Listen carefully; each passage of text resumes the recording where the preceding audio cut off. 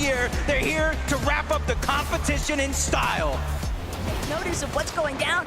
Elsewhere across the map, though, south of Hive, King, Phzin, Fazer getting fraggy up against Scarpa and Way. Even in that first lobby, I know Sven has been cooking up some strats with his Polish boys because we saw Big Storm and Demas attempting to maintain height at one point. Curious if they tried to do that same sort of mentality in the secondary lobby. Height was definitely a little bit scrappy last game, but King, Fazer, and Phzin in a little bit of trouble here, but they know Focus is in even more trouble. They want to see if they can maybe isolate that solo, keep him pinpointed, keep him away from their position. Phzin is going to need a bailout soon, though. Yeah, and this is a scary situation for the entire trio, for that matter. Finally, they find some heals, but I was just thinking 177 above the damage threshold.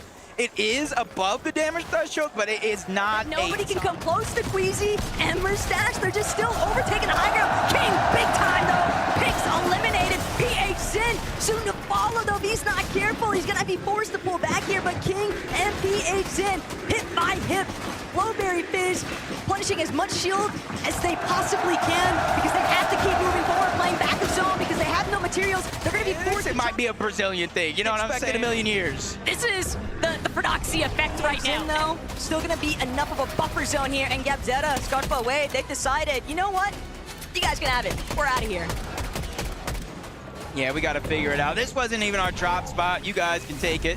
Now King, Fazer, Phzin, they're actually choosing to kind of rotate away from Ranger's Ruin, and that's a conscientious decision. Go for eliminations, go for points, go for Storm Surge, instead of sitting back, not knowing if that other team is still alive. It's going to be tough on that side of the map, but take it a little bit closer towards the center.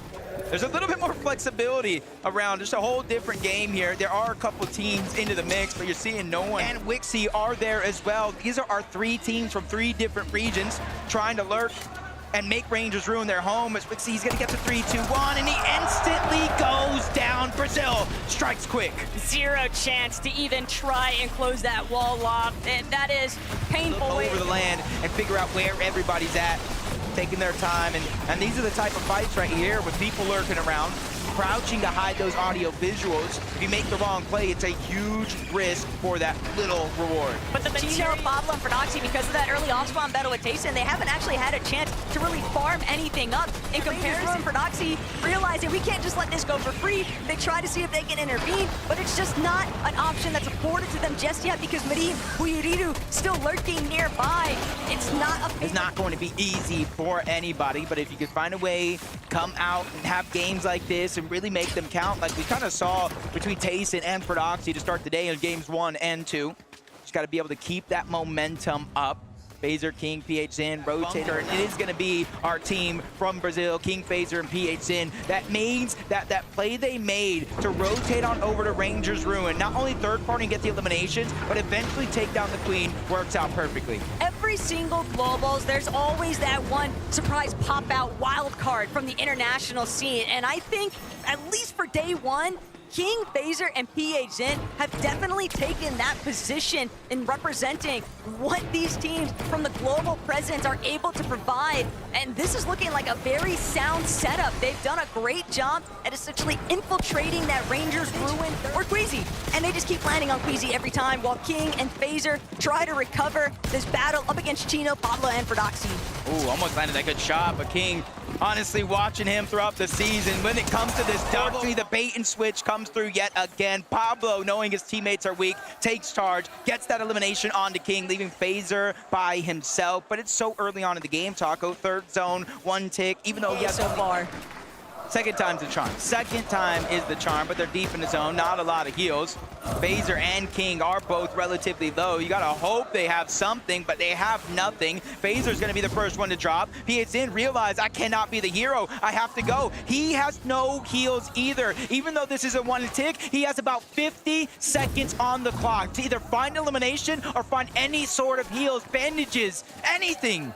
Oh man, Mercy later. Got the down onto Mustache. Approaching us from the flank, so they don't even have a chance to try and even posture more towards the inner section of that edge of zone. And Fazer, King, Phzin, that is the last team you want behind you because for the reasons you just mentioned, Jacob, they love to fight. And they do so as a full trio.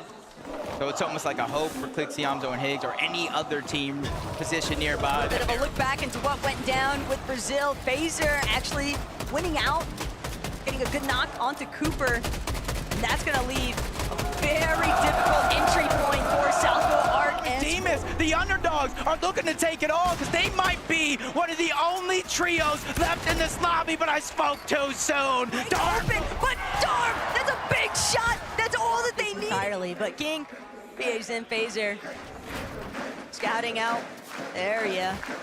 But they're not gonna let this one slip through their fingers for Queasy.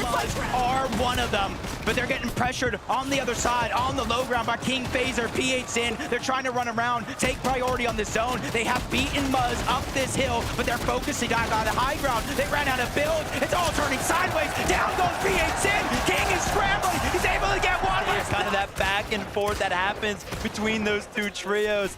That one's got to feel good, but I can't lie, Taco, right? Ritual with 4 eliminations himself, showing what a year's worth of mechanical training can really do on the big stage. We all witnessed the Richie 1v3s throughout the divisional cups, Vivian, and even in the majors, Ritual was putting up quite a stellar performance, but now things are going to fall directly into the line of sight. Chapman, Reason, so many teams crashing onto this mountain face. A good chunk of the top 10 overall back into the lobby. Even our 5th place team on that leaderboard missing a player, and one of the more important ones into Rapid as Fazer, Phzin, King. They know they're not in zone just yet. In fact, they might have one of the farthest pulls in the entirety of the lobby with Aspect, Tinka, Kazi in their path. They want to continue to roll through, even with the a bit of a harbor safety inside, but King, he's got literally 1 HP and a dream. The small shield potion, he's managed to get it off, but Fazer, only 2 builds remain. He can't keep continuing to hold that leverage over King's head. Instead, Fazer holding on for dear life, but he needs the heal. He won't get the chance. He's gonna be eaten alive by the lobby. Oh, he drops the crash pad, but instead he global championship, and now Savage is on the cusp of a potential top 5 if he can perform well with some eliminations in this game. King Fazer, Phzin. What happens when I finally get a loadout to work with? And again, even though it's the last lobby, they have 0 hopes of slowing down here.